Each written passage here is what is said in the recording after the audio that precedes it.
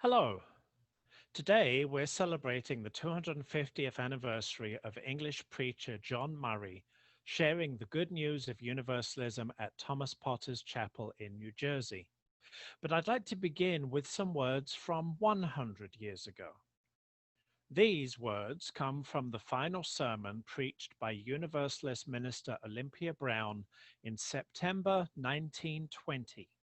She was 85 years old and had just voted in her first presidential election following the passage of the 19th Amendment to the US Constitution.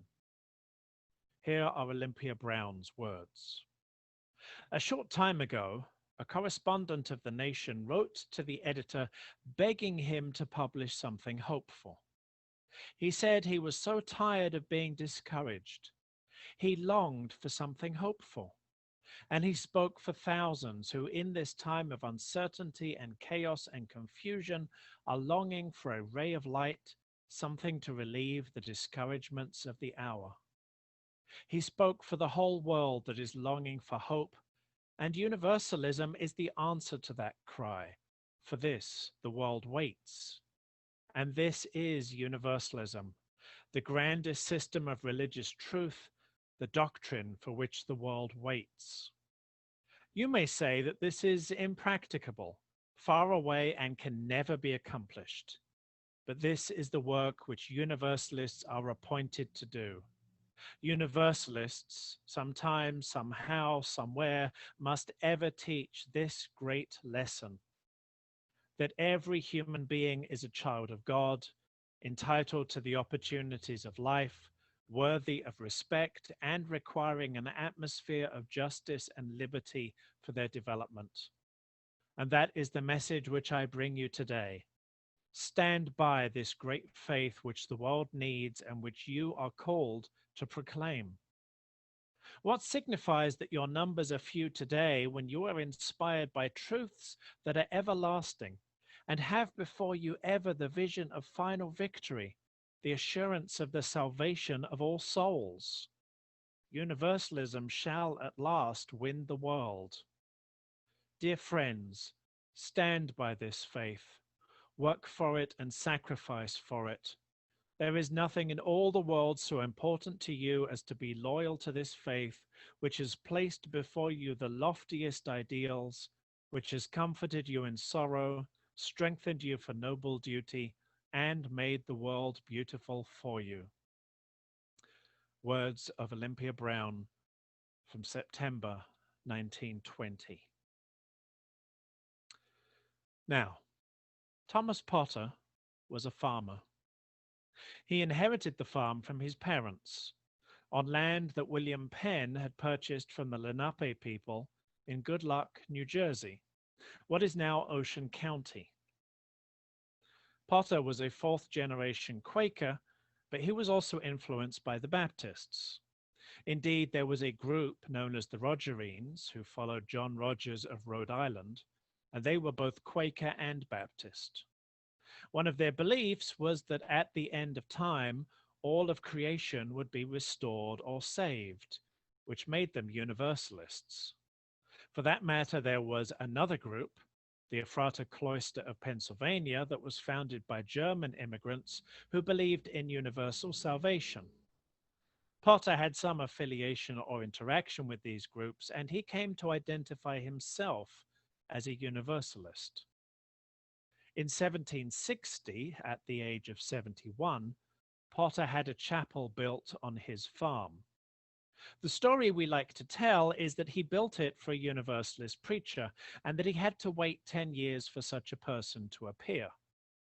In truth, however, Potter allowed people of all faiths to worship on his land, and it's quite possible that a member of the Ephrata Cloister, perhaps even the Universalist missionary George de Benneville, came to Good Luck and preached Universalism from the chapel's simple Quaker-style pulpit at some time during the decade that followed.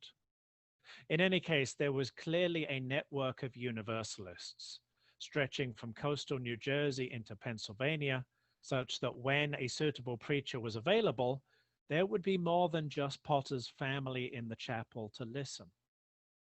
What we do know for sure is that in late September 1770, John Murray came to Thomas Potter's farm. Murray was English and had done some preaching with the Methodists, amongst various other jobs to support himself.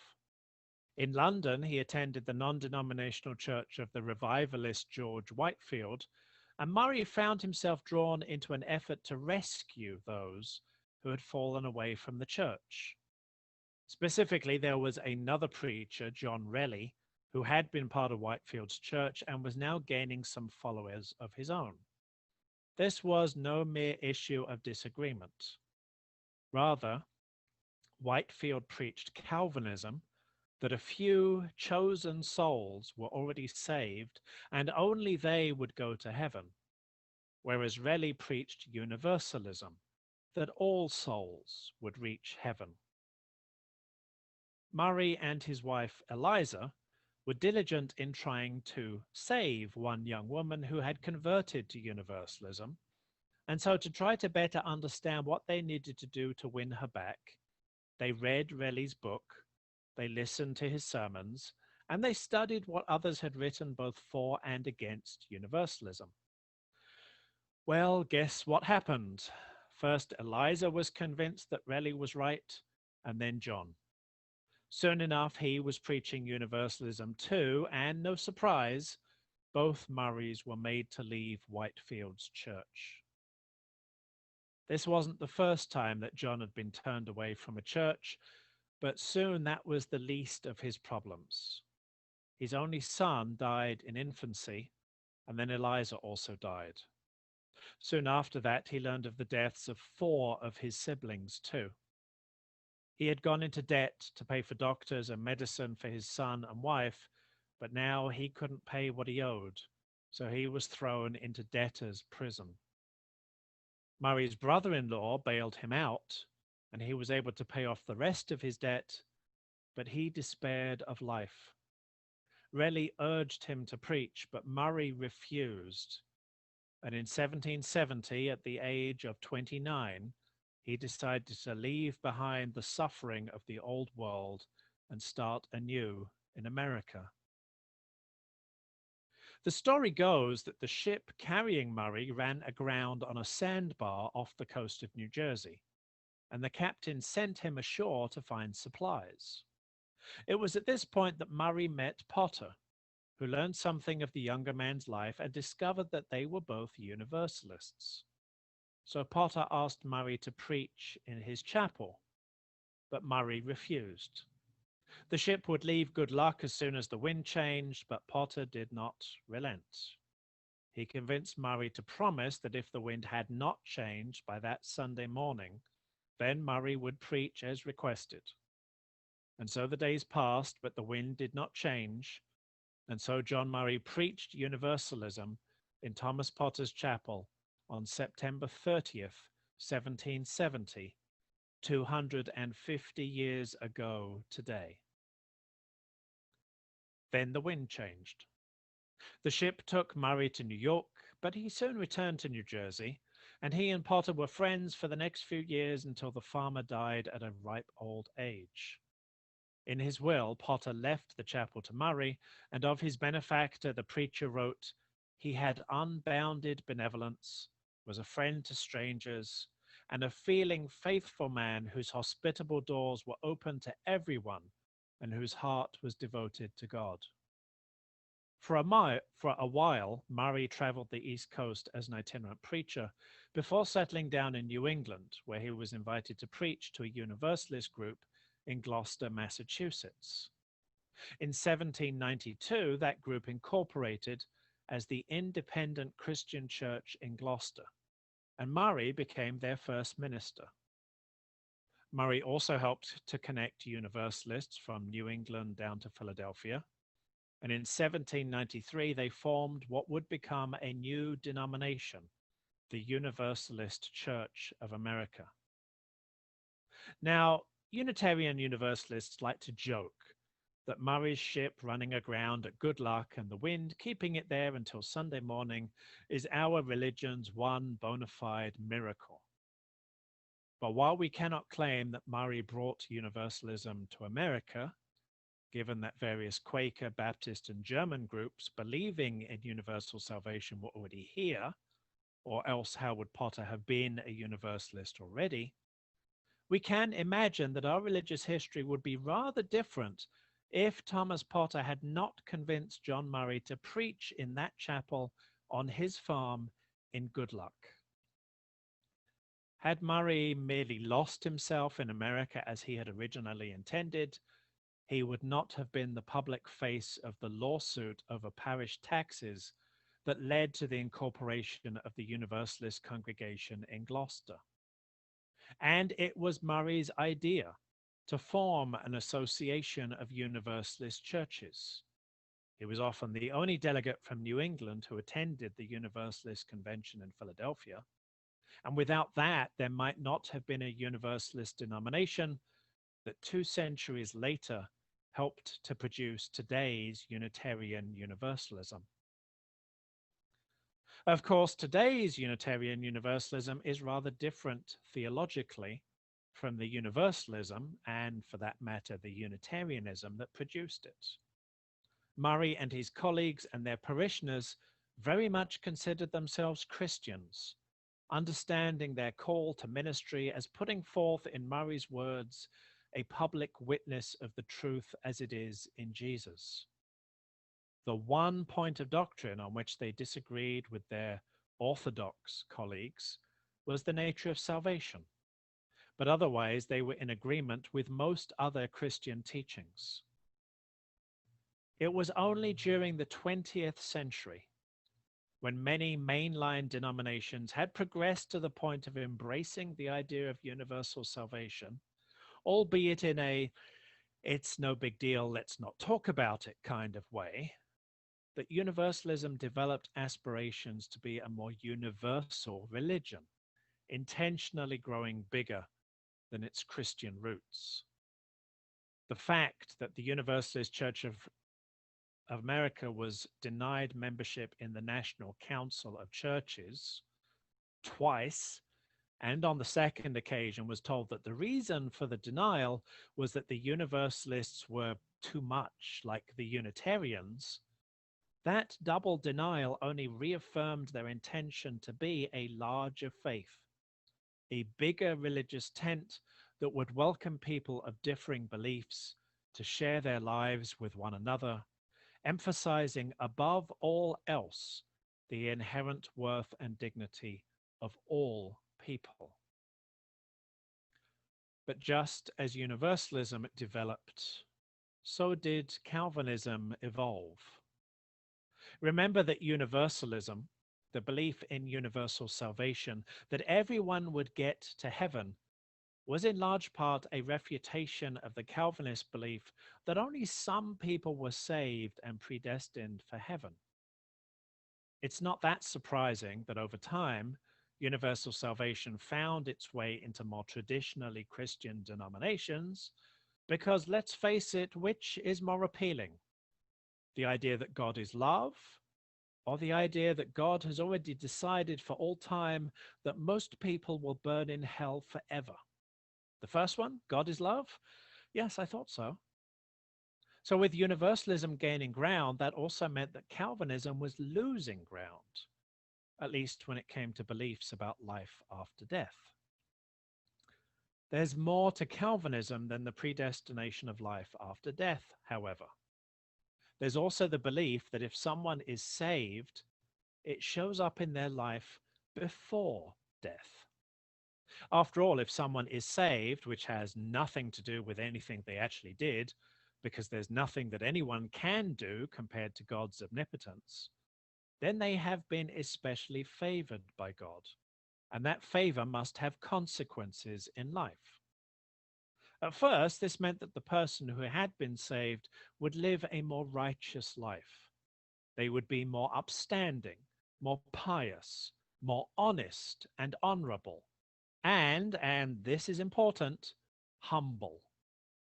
They would be a good person, not to try to earn salvation, but because they had already been saved. Over time, though, this sense of moral fitness as a result of salvation gave way to other, particularly materialistic indicators. After all, if someone did well in life, if they became wealthy and powerful, if they had privilege, then it must be a sign of God's favor.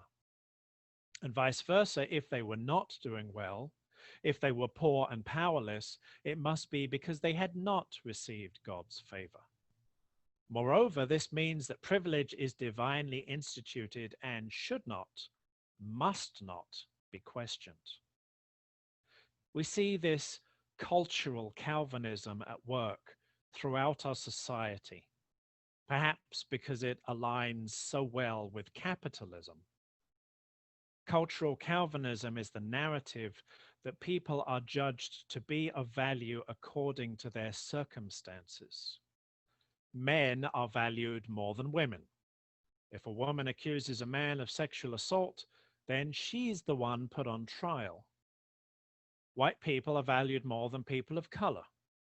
If a black person is killed by a white police officer, then it's all about what the black person did wrong. Wealthy people are literally valued more than poor people. If you're poor or if you get sick and can't afford treatment, then you're blamed for your situation. Cultural Calvinism tells us that privilege, whether male privilege or white privilege or economic privilege, determines our worth, because if we have it, it's because we deserve it. And if we don't have it, it's because we don't deserve it. Today's universalism wholeheartedly opposes cultural Calvinism, just as the belief in universal salvation opposed the idea of Calvinist predestination in Murray's time. Universalism lifts up the inherent worth and dignity of each person, not as something determined by mere circumstances or merit, but simply for being human.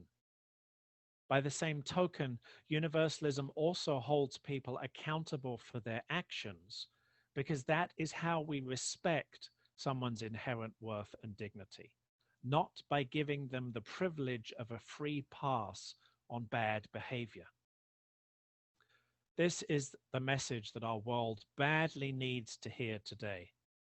The world needs universalism just as it needed it 100 years ago when Universalist minister Olympia Brown preached her final sermon. I mean, you could take this paragraph from her sermon, and if you didn't know the source, you'd think it was written this year. A short time ago, a correspondent to The Nation wrote to the editor begging him to publish something hopeful. He said he was so tired of being discouraged. He longed for something hopeful. And he spoke for thousands who, in this time of uncertainty and chaos and confusion, are longing for a ray of light, something to relieve the discouragements of the hour. Doesn't that sound like it could have been written in 2020, not just 1920? And yet the lesson that Brown calls us to share with the world, to offer the hope that is so needed, remains the same great lesson of universalism, of Unitarian Universalism, that every human being is a child of God, entitled to the opportunities of life, worthy of respect, and requiring an atmosphere of justice and liberty for their development. It's not the circumstances of privilege or power or gender or race or class that determine someone's worth, as cultural Calvinism would have us believe. Rather, we should respect our common humanity and thus owe one another accountability for how we live it. I do take some hope from the fact that in spite of the circumstances of our national leadership, we as a nation seem to be making progress, if painfully slow progress, in that regard. In the face of rising authoritarianism and white supremacy, more people than ever support the values of a progressive society. The Me Too movement calls attention to how many women have suffered abuse by men, and there is growing awareness that power and privilege cannot go unchecked and unquestioned. The Black Lives Matter movement is similarly calling white privilege to account. We are also seeing the distress that results when privilege is questioned, the pain that comes from the necessary process of being held accountable, and the backlash from white nationalists and so called men's rights groups claiming that they are being oppressed. That's all evidence that progress is actually being made. It's all the more reason to keep pushing forward. Universalism shall at last win the world, as Olympia Brown preached 100 years ago. Let's prove her right before another 100 years pass. May it be so.